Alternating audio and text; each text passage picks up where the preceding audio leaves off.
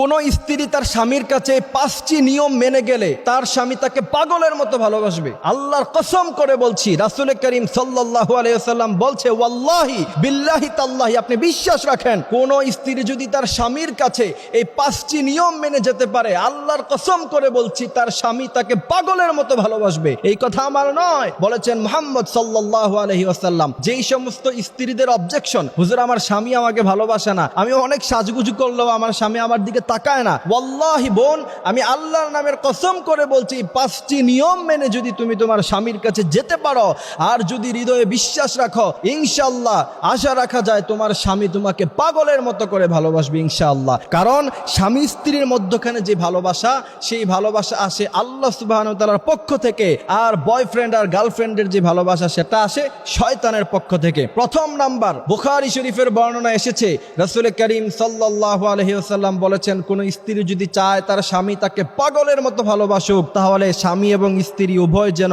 একই প্লেটে খাবার খায়। সুবহানাল্লাহি ওয়া বিহামদিহি সুবহানাল্লাহিল আযীম। বুখারী শরীফের এই হাদিসের মধ্যে এসেছে, কোন স্বামী এবং স্ত্রী যদি একই প্লেটে খাবার খায়, যতক্ষণ পর্যন্ত তারা খাবার খাবে, ততক্ষণ পর্যন্ত আল্লাহ পাক তাদের উপরে রহমত নাজিল করবে, 10টি করে নেক প্রদান করবে, আর স্বামী স্ত্রীর মধ্যখানে যত ঝামেলা আছে, সমস্ত ঝামেলাকে মিটিয়ে দিয়ে আল্লাহ পাক রাগকে ভালোবাসায় রূপান্তর করে দিবে। সুবহানাল্লাহি ওয়া বিহামদিহি সুবহানাল্লাহিল আযীম। দ্বিতীয় নাম্বার, বুখারী শরীফের মধ্যে এসেছে, কোন স্ত্রী যদি তার স্বামীকে চায় তার স্বামী তাকে পাগলের মতো করে ভালোবাসুক, তাহলে সেই স্ত্রী যেন ফজরের জামাতে স্বামীকে ঘুম থেকে ডেকে তারপর পাঠিয়ে দেয়। আপনি যদি চান যে আপনার স্বামী আপনাকে পাগলের মতো করে ভালোবাসুক, তাহলে ফজরের সময়, বুখারী শরীফের বর্ণনা এসেছে, যেই স্ত্রী তার স্বামীকে ফজরের নামাজের সময় ডেকে মসজিদে পাঠিয়ে দিল, আল্লাহ পাক সেই স্ত্রীর জন্য তার স্বামীর অন্তরে আল্লাহ সুবহানাহু ওয়া তাআলার পক্ষ থেকে ভালোবাসা সৃষ্টি করে দিবে। কারণ আল্লাহ পাক যদি আপনার স্বামীর অন্তরে আপনার জন্য ভালোবাসা বাড়িয়ে দেয়,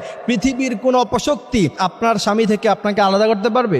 পারবে না। এই জন্য প্রিয় বোন আমার, যদি আপনি চান যে আপনার স্বামী আপনাকে পাগলের মতো করে ভালোবাসুক, তাহলে আপনার স্বামীকে আপনি ফজরের জামাতে পাঠিয়ে দিবেন। তৃতীয় নাম্বার, যদি আপনি চান যে আপনার স্বামী আপনাকে পাগলের মতো ভালোবাসুক, সুনানে আবু দাউদের হাদিস, রাসূল বলেছেন, সেই স্ত্রী যেন তার স্বামীর দিকে তাকিয়ে মুচকি হাসি দেয়। সুবহানাল্লাহি ওয়া বিহামদিহি সুবহানাল্লাহিল আযীম। মুচকি হাসি দিবেন। এবং সুনানে আবু দাউদের মধ্যে এসেছে, কোন স্ত্রী যদি স্বামীর দিকে তাকিয়ে মুচকি হাসি দেয়, আর স্বামী যদি স্ত্রীর দিকে তাকিয়ে মুচকি হাসি দেয়, প্রতিটি হাসির বিনিময়ে আল্লাহ পাক 10টি করে নেক দিয়ে দেয়। সুবহানাল্লাহি ওয়া বিহামদিহি সুবহানাল্লাহিল আযীম। চতুর্থ নাম্বার হচ্ছে, রাসূল বলেছেন, যদি সামর্থ্য থাকে, সুন্দর করে পারফিউম ব্যবহার করে তারপর স্বামীর সামনে যাও। পারফিউম একমাত্র, সাজসজ্জা একমাত্র আপনি আপনার স্বামীর জন্য করতে পারেন। আদারওয়াইজ অন্য কাউকে দেখানোর জন্য যদি আপনি সাজসজ্জা করেন, আপনি লানতের শিকার হবেন।